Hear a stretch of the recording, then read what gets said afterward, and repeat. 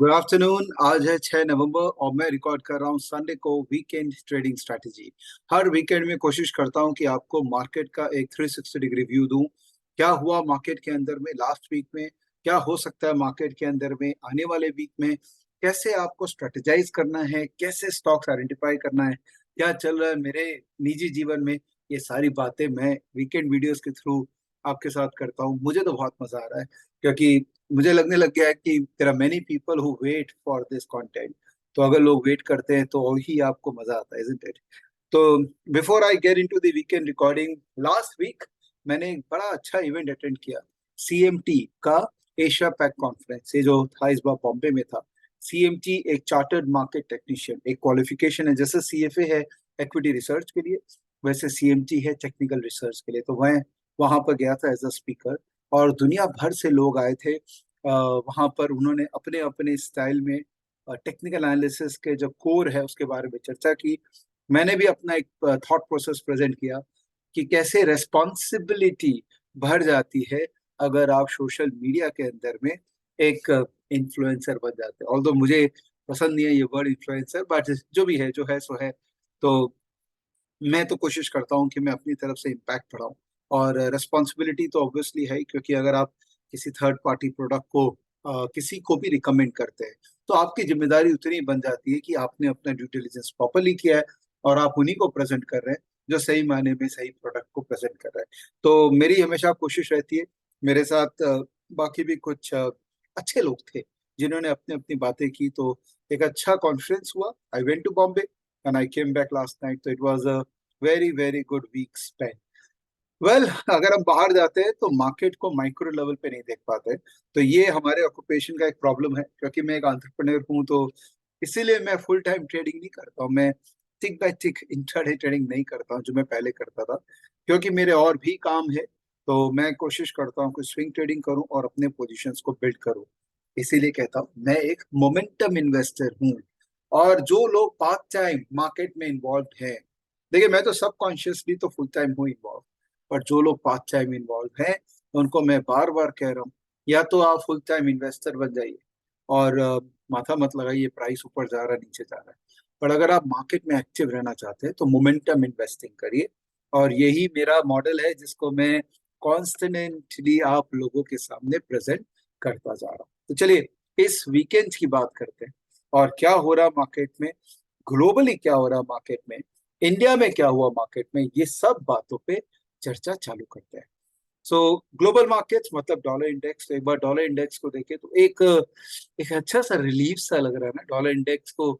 जो उत्तेजित होके हम देख रहे थे डॉलर इंडेक्स हा हा हा ऊपर जा रहा है, लास्ट डे ये देखिए डॉलर इंडेक्स में कितना जबरदस्त फॉल आया है। और डॉलर इंडेक्स कहीं ना कहीं थोड़ा सा कूल डाउन कर रहा है। मेजर रीजन डॉलर इंडेक्स का कूल डाउन करने का है यूएस यील्ड कर्व। तो कहीं ना कहीं यूएस यील्ड कर्व के अंदर में भी अब फील आ रहा है लोगों को कि भाई ये थोड़ा इस लेवल पे रहेगा, गिरेगा नहीं। गिरेगा नहीं बिकॉज इन्फ्लेशन अभी भी यूएस के अंदर में बड़ा कंसर्न है। बट यील्ड कर्व डेफिनेटली एक लेवल पे स्टेबल होने का एक्सपेक्टेशन आ रहा है। अगर वो हो जाता है देन ऑब्वियसली डॉलर भी स्टेबल हो जाएगा। बट ऑब्वियसली हमको चेक करना पड़ेगा। ऐसा नहीं है कि हम मान लिया और उसके हिसाब से पोजीशन बिल्ड करना चालू कर दिए। बट बिकॉज डॉलर गिर रहा था, आप देखिए सारी कमोडिटीज के अंदर में कितनी जबरदस्त तेजी आई है। Look at all the commodities like ये है कॉपर, ये है कॉटन। क्योंकि डॉलर इंडेक्स नीचे जाता है तो कमोडिटीज ऊपर जाती है। और ये कॉन्सेप्ट आई थिंक आप सबको क्लियर होगा। कमोडिटीज ऊपर जाती है तो ये एक प्रॉब्लम है वैसे एक तरीके से, बिकॉज इन्फ्लेशन फिर वापस से ऊपर जाएगा। तो दो धोरी तलवार है, कभी ऐसे हो जाए कभी ऐसे। तो ये प्रॉब्लम रहती है। तो क्रूड ऑयल वगैरह देखिए तेज हो गया, क्रूड ऑयल सिल्वर गोल्ड बाहर तेज हो गया था लास्ट वीक में, बिकॉज डॉलर इंडेक्स नीचे गया। अब डॉलर इंडेक्स नीचे यहीं पर ही अगर रह जाए और यूएस का यील्ड कब भी यहीं पर ही रह जाए तो आई थिंक ग्लोबली एक वापस से एक एक मोमेंटम आ सकता है। ऑल्दो ग्लोबल मार्केट्स काफी ज्यादा बेयरिश फेज में था। पर्टिकुलरली आप इमर्जिंग मार्केट इंडेक्स को देखें ना, जो कि इमर्जिंग मार्केट जो दुनिया भर की इमर्जिंग मार्केट से उसको रिप्रेजेंट करता है, तो आप देखिए कितनी बुरी तरीके से गिर रहा था। इंडिया एक्चुअली आउट परफॉर्मर था और अभी भी आउट परफॉर्मर है। लेकिन लास्ट वीक और एक वीक के अंदर में एक इमर्जिंग मार्केट्स में रिकवरी नजर आ रही है। तो क्या ये घनघोर तेजी में कन्वर्ट होगी? I am my doubts. ये लास्ट टाइम भी मैंने बोला था, और ये आईटी सेक्टर के बारे में जब बात कर रहा था तब मैंने बात कही थी कि हर फॉल के बाद में एक थोड़ी सी रिकवरी आती है, बट उस रिकवरी को कभी भी सस्टेनेबल रैली को मिस्टेक मत कीजिएगा। तो इंडिया में खैर कहानी कुछ और चल रही है, पर एटलीस्ट ग्लोबल मार्केट्स के अंदर में कोई बहुत बड़ा तेजी का रैली नहीं दिख रहा है। ओके, वहां अभी भी फॉल का ही स्ट्रक्चर बना हुआ है। लेट्स से सबसे इम्पोर्टेंट जो इंस्ट्रूमेंट है वो है डाउ जोन्स। तो अगर आप डाउ जोन्स को देखें तो ये अभी भी डाउन ट्रेंडिंग चैनल है इसका इंटैक्ट। तो ऑल्दो ये मूविंग एवरेजेस के ऊपर में यहाँ आसपास में टहल रहा है, but let's see क्या होता है। But I'm not extremely bullish on global markets yet because of the current scenario. But Nifty को देखिए ये क्या कर रहा है। Nifty, this is again as we have seen that Nifty is outperforming the emerging markets. In fact, Nifty divided by emerging market index करें, so this is the kind of outperformance which a market has seen. तो एक बात तो तय है कि अगर Nifty Dow Jones गिर रहा था तो निफ्टी बढ़ रहा था, ठीक है।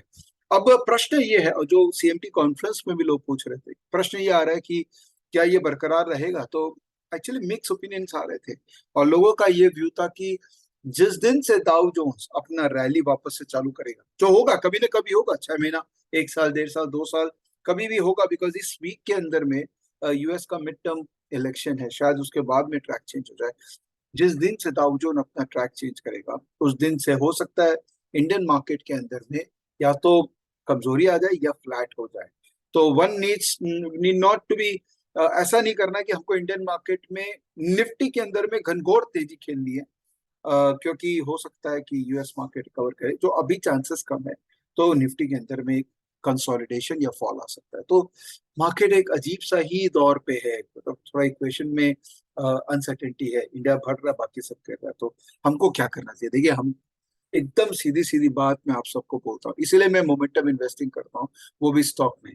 ये निफ्टी, बैंक निफ्टी में मैं काम ही नहीं करता हूँ, बिकॉज कोई फायदा ही नहीं। आप इनको हेज के लिए नहीं यूज कर सकते, और इनमें आप एक्टिव ट्रेडिंग करके पैसा नहीं बना सकते अनटिल आप फुल टाइम ये काम कर रहे हैं। और ज्यादातर लोग जो निफ्टी बैंक निफ्टी में पैसा बनाते हैं वो ऑप्शंस के कारण बनाते हैं।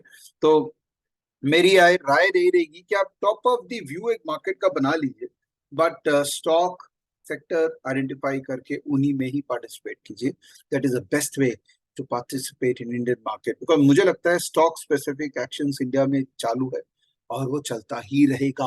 There is no question of that terminating. Why अगर आप उसको फॉलो करें तो आपको पता है ये बात वाई, क्योंकि निफ्टी 200 डे मूविंग एवरेज के ऊपर है। याद है, मैं जिस दिन 200 डे मूविंग एवरेज के ऊपर वापस चालू हुआ, मैंने उसी दिन बोल दिया कि भैया ये 200 डे मूविंग एवरेज के ऊपर है, तो अपने को मोमेंटम इन्वेस्टिंग करना है। अपने को किसी भी तरह का एक डाउट नहीं करना है कि स्टॉक स्पेसिफिक एक्शंस नहीं हुआ। तो ये हो गया अपना मोटा मोटी ग्लोबल मार्केट्स का एक व्यू। अब अपने चलते इंडियन मार्केट में एग्जैक्टली हुआ क्या है। तो लेट्स गो टू इंडाइसेस पर। इंडाइसेस में चल के पिछले एक हफ्ते का देखते हैं कि यहाँ पर हो क्या रहा है। तो निफ्टी 1.9% तेज बंद हुआ है इंडियन मार्केट के अंदर में। Bank Nifty 0.7%। तो फॉर अ चेंज पूरे एक हफ्ते के अंदर में बैंक निफ्टी एक्चुअली निफ्टी को अंडर परफॉर्म किया है। लेकिन अब मिड कैप इंडेक्स देखिए 2.3%। इसका मतलब अब जो निफ्टी के बाद वाले, जो लार्ज कैप के बाद वाली जो कंपनीज है, उनमें एक्टिविटी चालू होगा। और आपने वेडनेसडे का मेरा वीडियो देखा होगा निफ्टी जूनियर पे, बहुत इंपॉर्टेंट वीडियो है। अगर आप निफ्टी जूनियर पे एसआईपी चालू करेंगे ना, क्योंकि आने वाला 4-5 साल में देखिए तेजी तो इंडियन मार्केट में है, ऐसा बात नहीं, छोटा छोटा हो सकता है, बीच में गैप्स आ जाए, बट तेजी है। तो mid cap, sorry, Nifty junior definitely एक एसआईपी कैंडिडेट है। स्टॉक सेक्टर्स जो परफॉर्म किए एक बार उनमें चलते हैं। तो गेनर्स में आते हैं अपने जो टॉप गेनिंग सेक्टर है। तो just 1 minute, I think internet का थोड़ा चैलेंज है। सबसे गेनिंग सेक्टर है मेटल। मेटल डॉलर इंडेक्स नीचे गया तो मेटल्स तेज हुए, तो मेटल इंडेक्स काफी तेज हुआ इंडिया पे। कमोडिटीज में तेजी आई। फार्मा के अंदर में एक अच्छा रिकवरी आया। I think some stocks have done reasonable good, that's why पूरा इंडेक्स के अंदर में तेजी आई। Oil and gas again commodities driven. तो देखिए, जब भी कमोडिटीज ग्लोबली तेज होती है तो कमोडिटीज लिंक्ड जो सेक्टर्स हैं यहाँ पर उनमें तेजी आ जाती है। माइक्रो कैप पीएसयू बैंक्स के अंदर में काफी तेजी है। ओवरऑल बैंकिंग में तेजी है। मैं आपको एक एक बहुत इंटरेस्टिंग डेटा पॉइंट दिखाऊंगा जिससे आपको पता लगेगा कि क्यों बैंकिंग में अच्छा आइडेंटिफिकेशन पहले की जा सकती थी। मैन्युफैक्चरिंग इंडेक्स, कैपगुड, इंजीनियरिंग, इन सब के अंदर में तेजी आई है। मीडिया में आई है, हेल्थ केयर, फार्मा मोटामोटी एक ही साथ चलता है। ये मोरलेस गेनर्स थे। और लूजर्स के अंदर में जिनमें लास्ट वीक फॉल आया है वो है from a sector specific, private banks के अंदर में एकदम फ्लैटिश मार्केट रहा है। बाकी ओवरऑल मार्केट्स जो है वो तेजी में ही रहे हैं। तो पॉसिबिलिटी है कि मार्केट यहाँ से और तेज ही रहे। चलिए अपने सेंटिमेंट की बात करते हैं। तो let's go to market breadth. तो मार्केट ब्रेथ क्या बोलता है? मार्केट ब्रेथ एक इंडिकेटर है जो हमको ये बताता है कि भाई ओवरऑल मार्केट के अंदर में क्या मार्केट ओवर हीटेड हो गया है या ओवरसोल्ड हो गया है। तो अगर निफ्टी 50 की बात करें 4 नवंबर का, तो 52% RS पॉजिटिव है, जो कि ऑन दी हायर साइड ही है। बट ये जनरली क्या होता है, जितने स्टॉक्स पॉजिटिव होंगे उतना निफ्टी में स्ट्रेंथ रहेगा। लेकिन निफ्टी के जो स्टॉक्स है उसमें 88% स्टॉक SMA 20 के ऊपर है, 78% SMA 50 के ऊपर है, 100 SMA के ऊपर 84% है। तो इसका मतलब अब मार्केट जो है वो थोड़ा थोड़ा ओवरबॉट जोन में आ रहा है। इस आउटपुट का एक सिग्निफिकेंस ये है कि देखिए मार्केट कभी भी सुक सुक सुक सुक सुक नहीं जाता। ओके, यहाँ गिरते वक्त सक करके वापस रिकवर कर जाता है, बट बढ़ता है तो एक तो उभरता है फिर कम होता है, बढ़ता है फिर कम। तो ये जो रिट्रेसमेंट है ना, ये इसको आप मान लीजिए कि ये टाइम बेस्ड करेक्शन है। तो उनमें क्या होता है, टिपिकली ये वापस से नीचे 50% 60% की तरफ चला जाता है। तो थोड़ा market from a sentiment perspective is on the greed zone. Greed zone मतलब अब बहुत ज्यादा तेजी का माहौल मार्केट में दिख रहा है। ठीक है, सेम आप अगर market breadth point of view से आप नंबर ऑफ स्टॉक्स देखोगे तो 18 स्टॉक्स निफ्टी के वो अपने हाई जोन में है। तकरीबन 27 स्टॉक जो है वो मिड जोन में, ये पिछले एक साल का डेटा बता रहा हूँ, और 5 स्टॉक लो जोन में। तो जब जब ये आप देखिए डेटा हिस्टोरिकली देखेंगे ना, जब जब इतने हाई स्टॉक्स अपने हाई जोन में जाते हैं ना, इसका मतलब मार्केट में कहीं ना कहीं थोड़ा सा एक ओवर हीटेड मार्केट क्रिएट हो गया। अब थोड़ा चलते हैं एफआईज का एक्टिविटी को देखते हैं और थोड़ा डेरिवेटिव डेटा को भी स्टडी करते हैं। तो let's go to news and update and let's go to FI data. So FI data देखेंगे तो मोरलेस एफआई प्लस है, और काफी दिनों से अब ये लोग बाई जोन में आ चुके हैं। बिकॉज देखिए फाइनली इंडिया को आप डिस्कार्ड नहीं कर सकते हैं। तो yes, FIIs have gone into buying zone and this is the price movement in the market also. तो from foreign investor perspective, yes we are in a comfortable zone. Derivatives data अगर हम देखें, जो कि बड़ा पोजीशन जो build करके रखता है उसको हम स्टडी करें, तो पार्टिसिपेंट वाइज डेरिवेटिव्स डेटा को अगर हम स्टडी करें तो यहाँ पर आप देखिए एफ का डेरिवेटिव्स डेटा पॉजिटिव हो गया। इसका मतलब पहले जो वो लोग हेज पोजीशन बना रखे थे या मंदी में थे ऐसा मान लेते हैं, क्योंकि कैश में भी बेच रहे थे और डेरिवेटिव में भी शॉर्ट पोजीशन था। अब देखिए ये लोग ग्रीन में आ गए, इसका मतलब एफ का कोई इंटरेस्ट नहीं है कि वो मार्केट के अंदर में शॉर्ट करके काम करें। So overall the feeling is की मार्केट इज पॉजिटिव एंड अभी जो एक हल्का सा ओवरबॉट मार्केट है, टाइम बाउंड करेक्शन हो सकता है। बट यहां से निफ्टी का अगर एक ब्रेकआउट आता है फ्रॉम इट्स प्रीवियस हाई, जो कि ये वाला जो जोन है निफ्टी का, ये बहुत ही क्रिटिकल जोन है। ये जोन के ऊपर मार्केट जा चुका है विच इज 18,100। अब ये ऊपर वाला जो एक जोन आ रहा है विच इज दिस जोन 18,366। तो ये जो जोन है ये भी इंपॉर्टेंट जोन है। बट ओवरऑल मैं मार्केट के अंदर में स्टिल पॉजिटिव मोमेंटम से ही काम करूंगा and I will identify stocks जिनके अंदर में मोमेंटम है। चलिए अब काम की बात और करते हैं, वो है स्टॉक्स कैसे आइडेंटिफाई करें। बिकॉज फाइनली आपके दिमाग में ये बात हो रही है सर बाकी सब तो ठीक है, अब स्टॉक आइडेंटिफिकेशन टेक्निक भी बता दीजिए।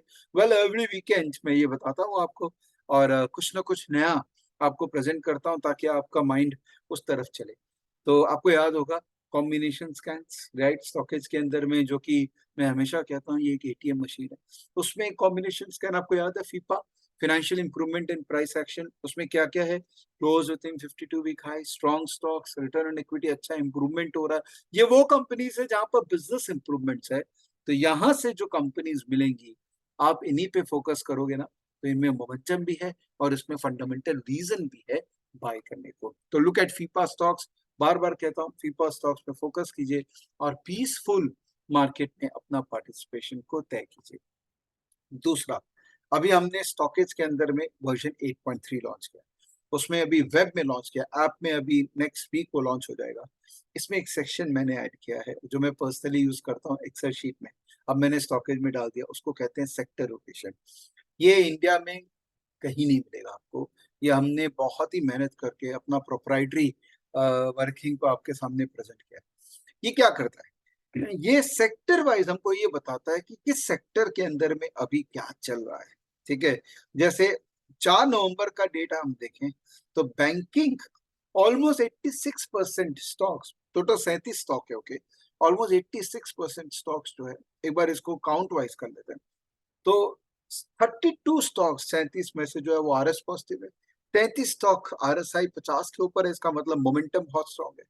SMA 2034 है, SMA 5030 है, SMA 134 है, इसका मतलब ये सेक्टर बहुत स्ट्रांग है। अब देखिए ऑब्वियसली ये टॉप सेक्टर है तो ये हिटेड भी हो गया होगा थोड़ा सा। अगर मैं थोड़ा हिस्टोरिकल जाऊं, से फॉर एग्जांपल 31 अक्टूबर के देखूं तो ये बैंकिंग स्टॉक कहाँ थे, ये देखिए बैंकिंग सेकंड नंबर पे था, राइट। और मैं अगर पीछे जाऊं 27 अक्टूबर को तो ये बैंकिंग स्टॉक कहाँ थे, देखें बैंकिंग सेक्टर कहाँ पर था, चलिए देखते हैं। ये बैंकिंग सेकंड नंबर पे था, इसका मतलब बैंकिंग जो है वो काफी दिनों से एक स्ट्रॉन्ग सेक्टर के रूप में डिफाइन था, because most of the stocks in the banking sector way doing good. Same is the case with ship building, ये देखिए 6 में से 4 stock R S positive, R S I positive, SMA वगैरह। तो शिप बिल्डिंग कंपनीज ऑब्वियसली आपको तो पता है कितना अच्छा किया शिप बिल्डिंग कंपनीज में। इनफैक्ट अगर हम अंदर चले जाएं तो यहीं से हम डायरेक्टली फंडामेंटल में जा सकते हैं और हमको दिख सकता है कि भी कौन सी कंपनी का क्या वैल्यूएशन है और किस कंपनी के अंदर में अभी भी चांस है कि वो कंपनी में बिल्डअप हो सकता है। जैसे मैजगॉन के अंदर में काफी स्कोप था, अब तो खैर थोड़ा महंगा हो गया, लेकिन जब से ये दिखा रहा है तब से इसके अंदर में काफी स्कोप था। तो ये सेक्टर का ब्रेड को मेजर करता है। उसके बाद एक और जबरदस्त आउटपुट वो है डिलीवरी। तो ये आई थिंक बहुत ही यूनिक आउटपुट है जो स्टॉकेज में अवेलेबल है केवल। नॉन फेरस मेटल में 44 स्टॉक्स है और मार्केट कैप में 3.8% की बढ़ोतरी हुई है, वॉल्यूम के अंदर में 176% की बढ़ोतरी है और डिलीवरी के अंदर में 127%। इसका मतलब इस सेक्टर के अंदर में फ्राइडे को कुछ हुआ है और आपको ध्यान देना चाहिए। अगर मैं इसके अंदर जाऊं तो यहां मुझे दिख जाएगा कि फ्राइडे को कौन कौन से स्टॉक बढ़े हैं और किस किस स्टॉक के अंदर में आपको ध्यान रखना चाहिए। आप इनफैक्ट इस डेटा को एक्सेल में डाउनलोड भी कर सकते हैं और इस डेटा के साथ में और फर्दर प्ले कर सकते हैं। तीसरा, वीवैप।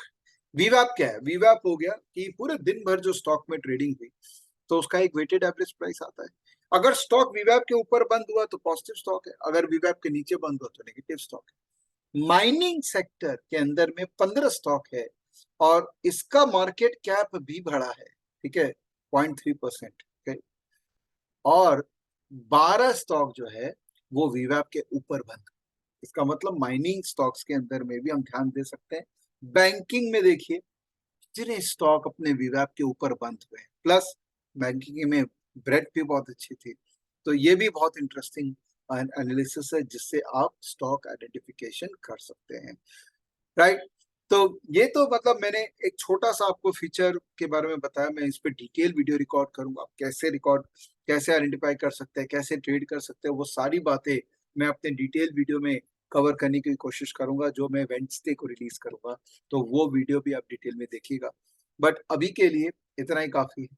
ब्रॉडरली मार्केट का व्यू मैंने आपको दे दिया और स्टॉक स्पेसिफिक काम करिए। स्टॉक्स के अंदर में आपको कहीं कुछ अटकते हैं तो लर्न टू ट्रेड सीरीज देखिए फिर से, नहीं फिर भी समझ में आता है तो स्टॉकेज क्लब का पार्ट बन जाइए, वहां तो मैं हूं ही, साथ में मेरी टीम मेंबर्स हैं जो कॉन्स्टेंटली आपको एम्पावर करने की कोशिश कर रहे हैं। चलिए, have a great week ahead. आपको मेरी ये प्रार्थना रहेगी कि बस आप अच्छे से मार्केट में डटे रहें, लॉस को काटें, बहुत ज्यादा लॉस को मत सीखिए और प्रॉफिट को मार्केट के हिसाब से एडजस्ट कीजिए। कई बार मार्केट अनसर्टेन होता है तो आपको छोटे छोटे प्रॉफिट लेने चाहिए। जब मार्केट सर्टेनिटी का एक डायरेक्शन देता है जो मिल जाता है, अगर आप ब्रॉडर मार्केट का व्यू बनाएंगे तो ऑब्वियसली आपको कन्विक्शन से बड़ा पोजीशन बिल्ड करना चाहिए और मेरा आरएस मॉडल उस पर्पस के लिए सफिशिएंट है। I hope you are finding value in this and I hope you are sharing these important learnings with your friends and family. चलिए, थैंक यू सो मच दोस्तों। मेरा नाम है विवेक बजाज और मैं हूँ मार्केट में 17 साल से, और कोशिश कर रहा हूँ कि आपको वो सब दे पाऊँ जो मुझे मार्केट ने दिया है इतने समय से। Thank you, good day, good night, take care, bye bye.